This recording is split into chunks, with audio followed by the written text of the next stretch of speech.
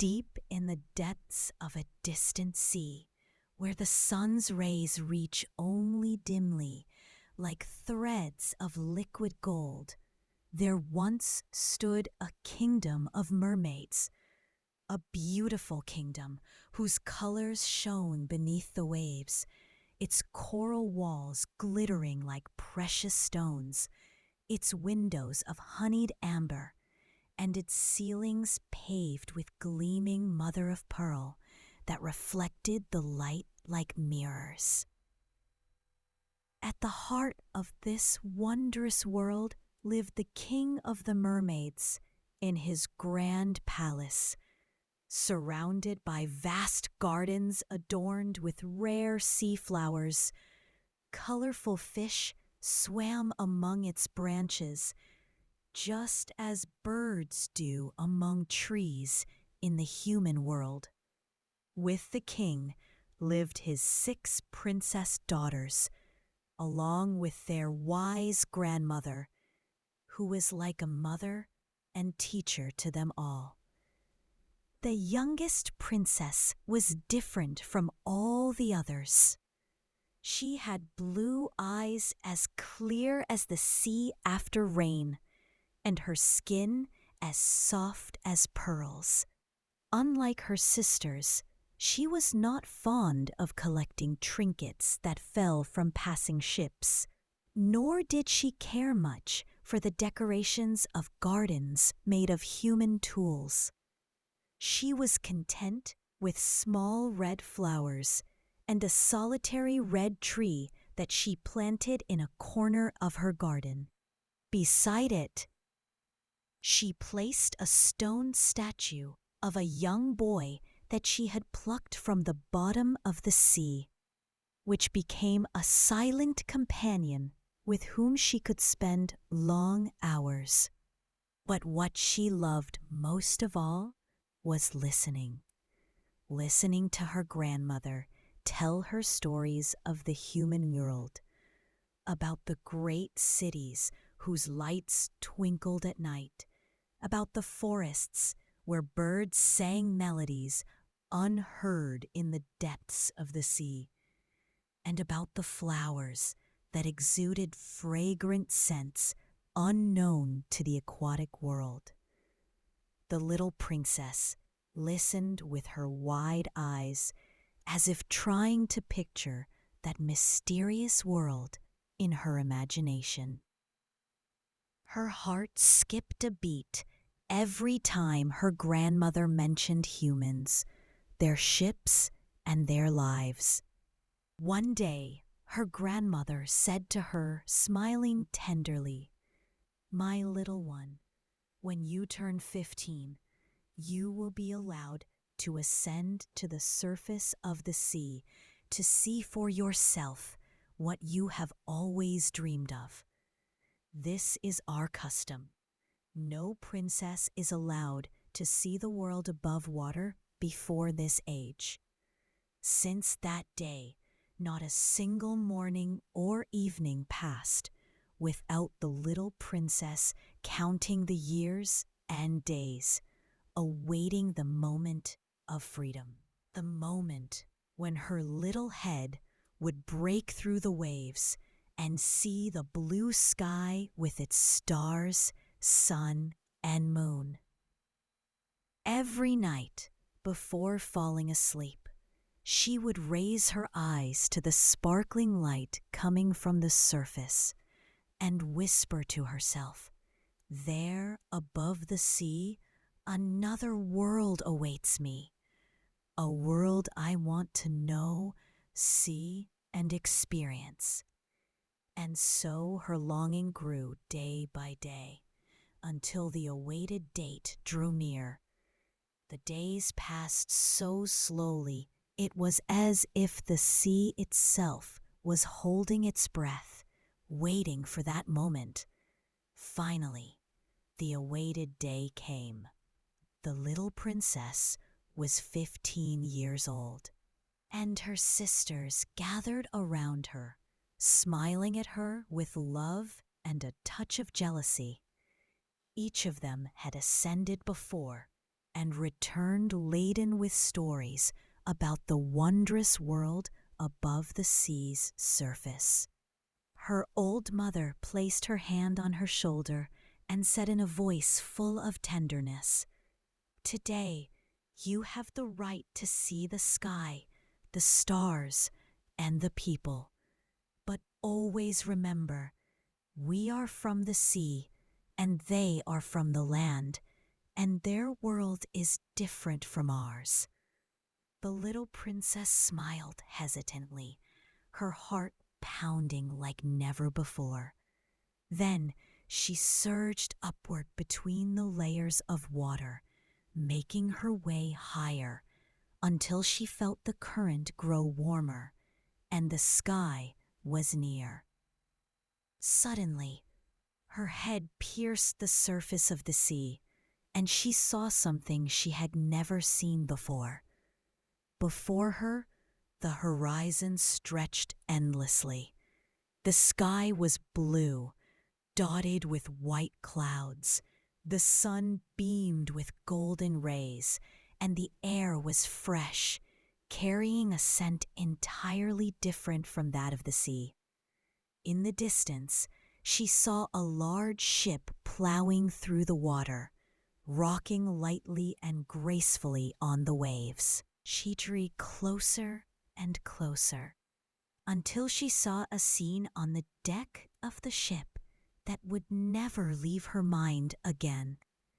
There was a tall young prince with bright eyes and a gentle smile, surrounded by his entourage, celebrating his birthday. Music was playing, lights were flashing, and banners were waving in the air. The little mermaid stood in awe, her eyes fixed on him alone, as if everything around him had disappeared. He looked like no one her grandmother had ever described.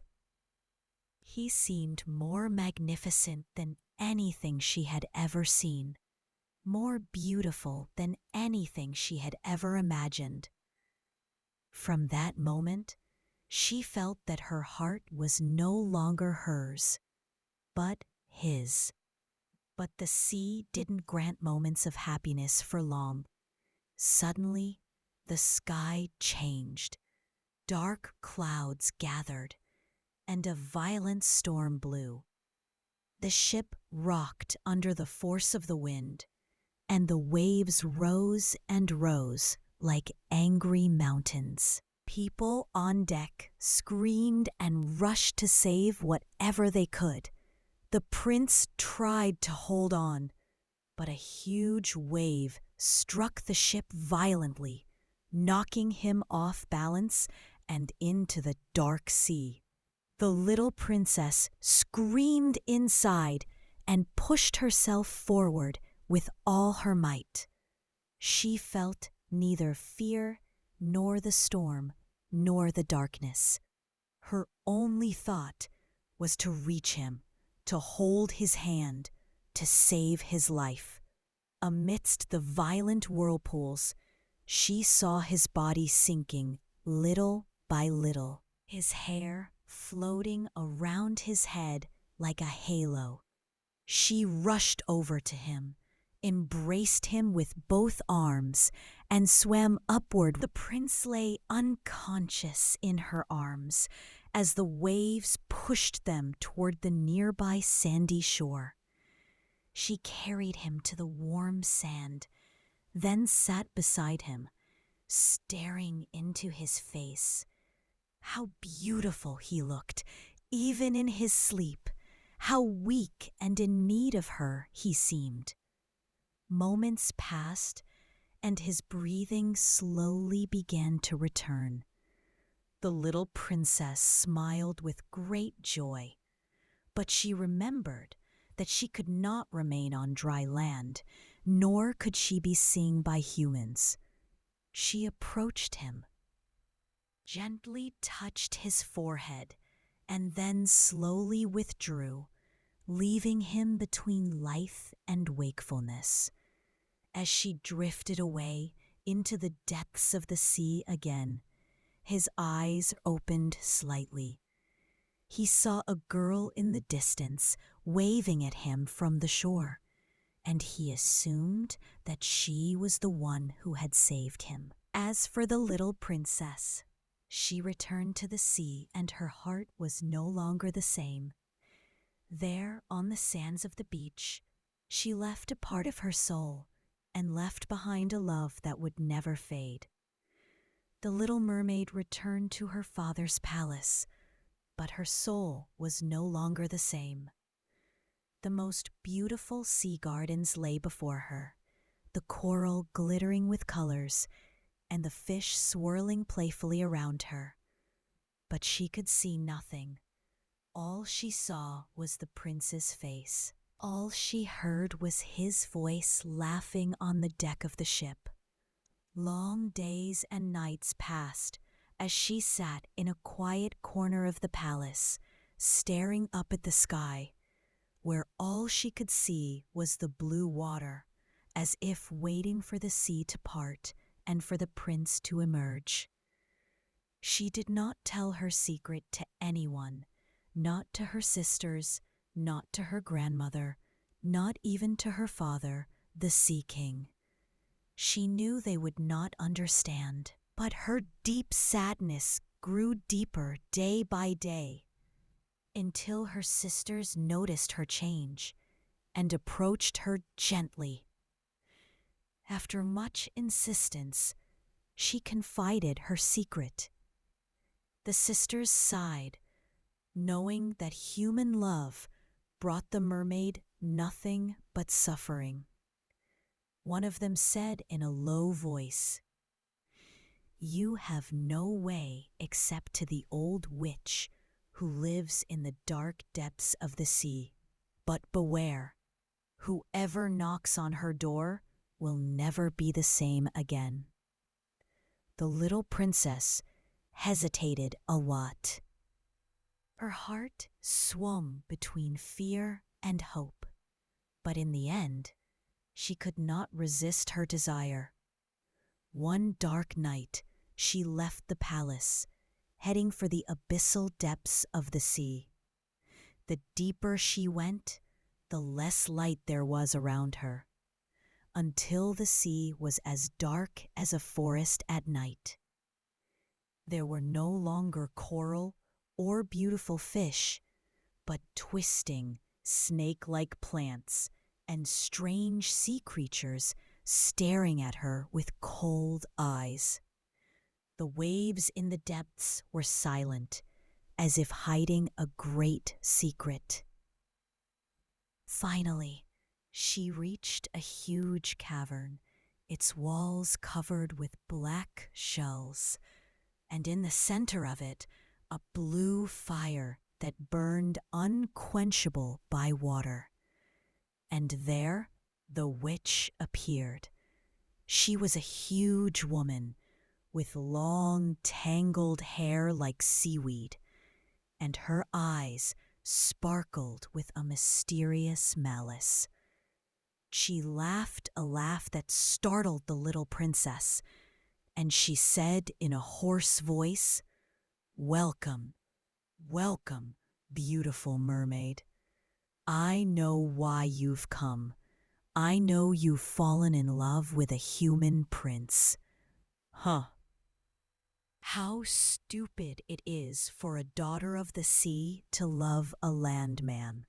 The princess trembled, but she mustered her courage and said, "Please, I want to become human. I want to live on Earth with him, even if I have to pay the price." The witch laughed, then slowly circled around her. "The price, yes, everything has a price. I will give you a drink. If you drink it, your tail will turn into beautiful legs like a human. You will be able to walk and dance among the people. But every step you take will feel like you're walking on sharp knives. However, your walk will appear graceful, as if you were flying." The witch paused for a moment, then continued, "And there is one more condition. If the prince marries you and truly loves you, you will become human forever. But if he marries someone else, at sunrise the next day, your heart will break and you will melt into the sea foam. There was a moment of silence. Then the witch approached with shining eyes and said, "And the price is your beautiful voice. I will take the most beautiful thing you have, your voice that captivates everyone, in exchange for legs that will give you the chance to walk beside the one you love." The little princess gasped. Her voice was the sweetest in the sea. With it, she sang to the fish, delighted her sisters, and softened her father's heart. How could she give him up? But at the same time, she saw the image of the prince in her heart, and saw his eyes when she saved him, and she felt she could not back down. "Take my voice and give me legs," she said firmly, though trembling. The witch laughed and began to prepare her potion. She mixed strange herbs, dropped drops of the blood of a mysterious animal, and whispered words that no one understood. Thick smoke rose from the pot, and then a small bottle appeared, containing a liquid that glittered like fire. The witch gave it to the princess and said, "Drink it on the shore, and you will be transformed. But remember, there's no going back. You have chosen your destiny." The princess took the bottle with a trembling hand and quickly left the cave, while the witch's laughter still echoed in the depths of the sea. And so the little mermaid returned to the surface of the water, holding the drink in her hand and a mixture of fear and hope in her heart. She had placed her whole soul in a single bet, a bet called love. The little mermaid returned to the surface, holding the small bottle the witch had given her. The night was still, and the moon shone over the waves, as if bearing witness to her momentous decision. She sat on a rock near the shore, her heart's pounding. She slowly lifted the bottle and looked at it for a moment, as if wondering, "Am I really doing this? Am I leaving my voice, my world, my family, everything, for a love that might never come true?" But the image of the prince returned to fill her soul, his smile, his look as he laughed among his friends. So she quickly opened the bottle and drank its contents in one gulp. The taste of the drink was bitter and burning, as if she had swallowed fire. In an instant, an intense, sharp, and cruel pain swept through her body, as if thousands of knives were piercing her tail. She screamed loudly, but it didn't come out. She had lost her voice. Then, her shiny silver tail shattered, slowly transforming into two human legs. She trembled with pain, as if she were walking on sharp blades, but her eyes filled with tears of hope, and with the first rays of dawn, the waves gently threw her onto the beach sand. As the sun rose, the prince was walking on the beach, contemplating the sea that had once saved him. Suddenly, he spotted a girl sleeping on the sand. She was beautiful in a way he'd never seen before. Her hair shimmered like golden waves. Her skin was as soft as pearls, and her eyes held an entire sea of dreams. The prince quickly approached her and bent down beside her. The little mermaid slowly opened her eyes and saw his face shining before her like a dream. He smiled at her and said gently, "Who are you, beautiful miss? And how did you get here?" But she couldn't answer. The witch had taken her voice. She settled for a shy smile, placing her hand on her heart, as if to say, "I have come for you." The prince extended his hand and helped her up. Walking was difficult for her. Every step felt like walking on glass blades.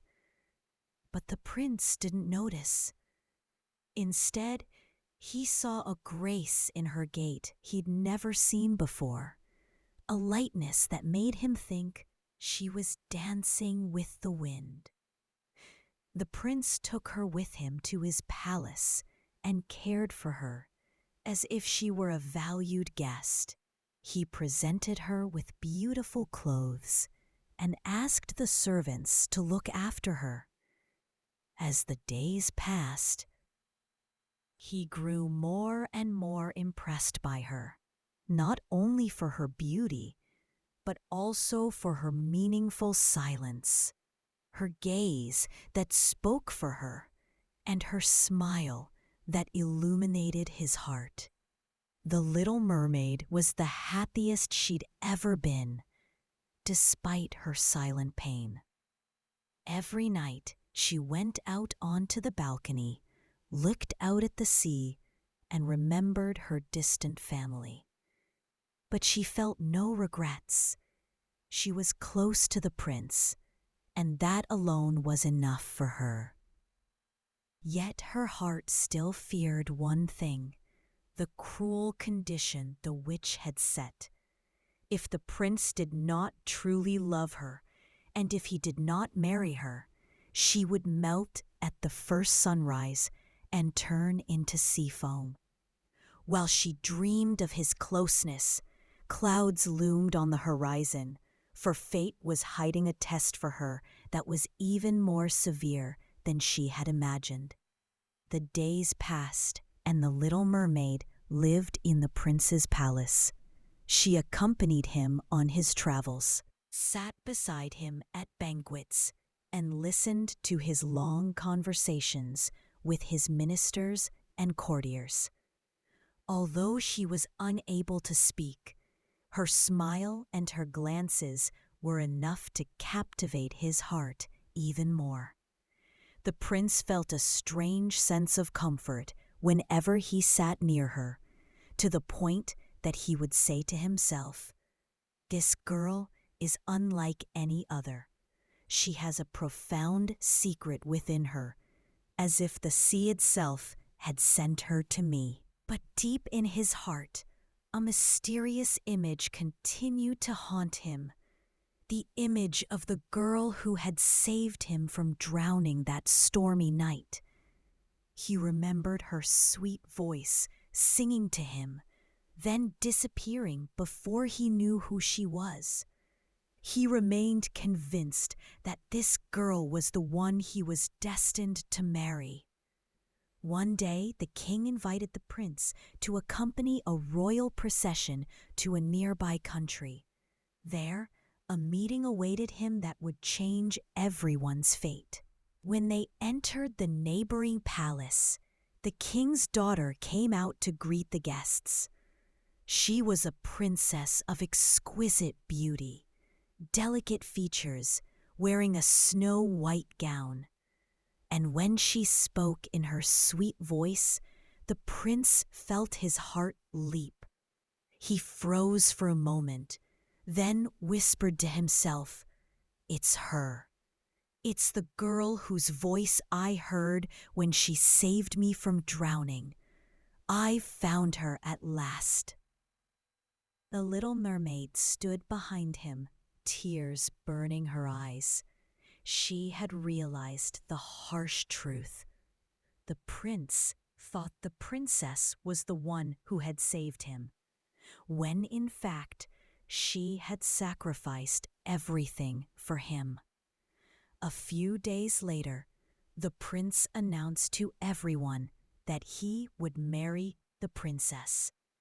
Holding her hand, he said, "I have searched for you for so long, and now that I have found you, I will never part from you again." Everyone applauded, and the voices of congratulations rose as the little mermaid stood among them, smiling a faint smile that concealed a storm of pain. No one could see her heart shattering into tiny pieces. Yet no objection appeared on her face. She even helped with the wedding preparations herself, for she loved the prince with a true love, a love that had never known selfishness. The wedding night came. The celebration took place aboard a large ship, lit with lights and decorated with flowers and silk. The sea was calm, as if sharing their joy. But the little mermaid's heart was drowning in deep darkness. She sat alone at the prow of the ship, looking at the moon reflected in the water. She knew that time was passing quickly.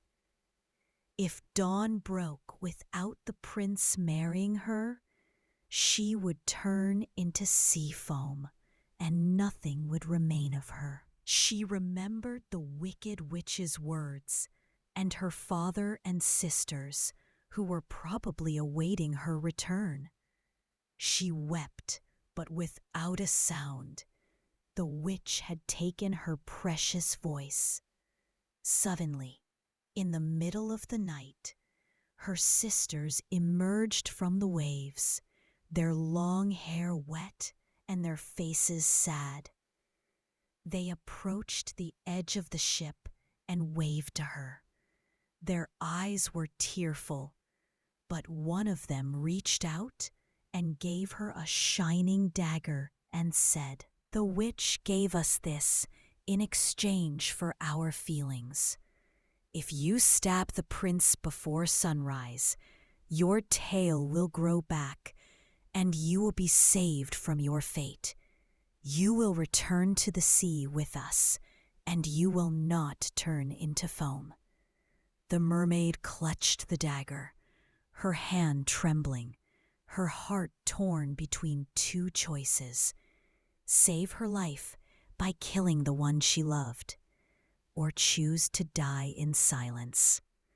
The little mermaid sat at the prow of the ship, the dagger in her hand glinting in the moonlight. Her heart ached with pain, her mind screaming with the difficult choice: kill the prince to return to the sea, or die and turn into foam. She took hesitant steps toward the prince's chamber, where he slept beside his new bride. She raised the dagger with a trembling hand, then suddenly stopped, tears streaming from her eyes. She looked at the prince's peaceful, sleeping face, smiled sadly, and said to herself, "How could I kill the one I loved more than my life itself? His love is dearer to me than the sea and my own soul." She threw the dagger far into the sea, and it sank into the depths as if it had never existed. Then she stood on the prow of the ship, awaiting dawn, her heart filled with contentment despite the nearness of her end. But before the sun rose, something she hadn't expected happened.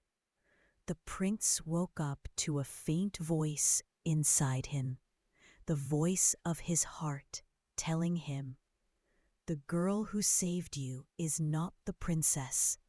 She is the one who sacrificed her voice and her life to be by your side."